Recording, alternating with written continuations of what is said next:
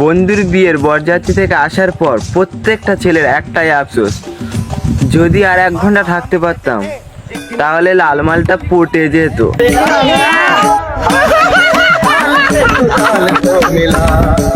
Hello guys, সব কেমন আছো? আশা করি সব ভালো আছো। আবার একটি নতুন ব্লগ ভিডিও নিয়ে চলে আসলাম। ব্লগটি যদি ভালো লেগে থাকে সবাই লাইক করবেন। টাটা বাই বাই, আজকের পর্যন্ত এই পর্যন্ত।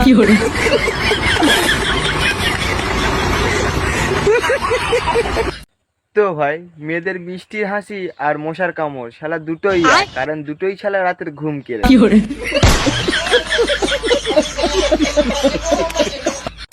বিশ্বের সব বিখ্যাত লোকেরা এক সময় গরিব ছিল, যেমন আমি এখন আছি।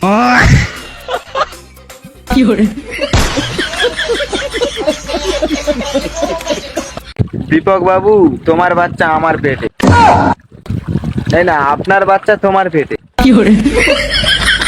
সরি, তোমার মেয়ের বাচ্চা আমার পেটে। সরি, আমার বাচ্চা তোমার মেয়ের পেটে।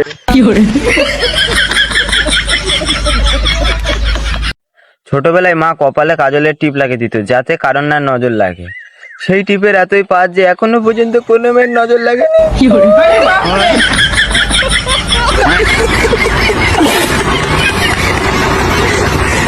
দেখ বন্ধু, আমার বাপের টাকা আমি ফোনে রিচার্জ করেছি। আমি ফোন করে যখন যা খুশি তাই বলতে পারি। তুই বাড়া বল আর কি।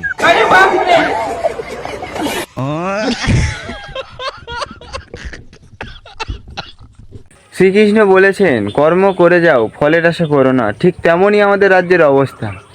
পড়াশোনা করে যাও, কখনো চাকরির আশা করো না।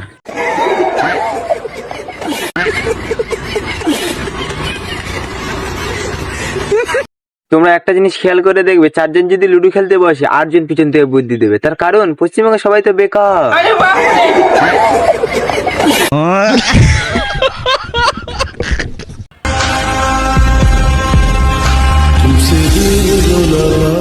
আপনি জানলে অবাক হবেন, তুমি আমার ভিডিও দেখছো।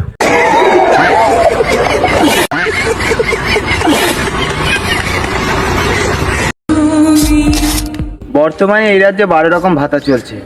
তাহলে কি আমরা এই রাজ্যটাকে 12 ভাতারই বলতে পারি না? क्या बात है सर, क्या बात है सर, क्या बात, ये बात है। শালা দুঃখ এমন ভাবে আমার পিছনে লেগে আছে যেন আমি ওর প্রথম ভালোবাসা।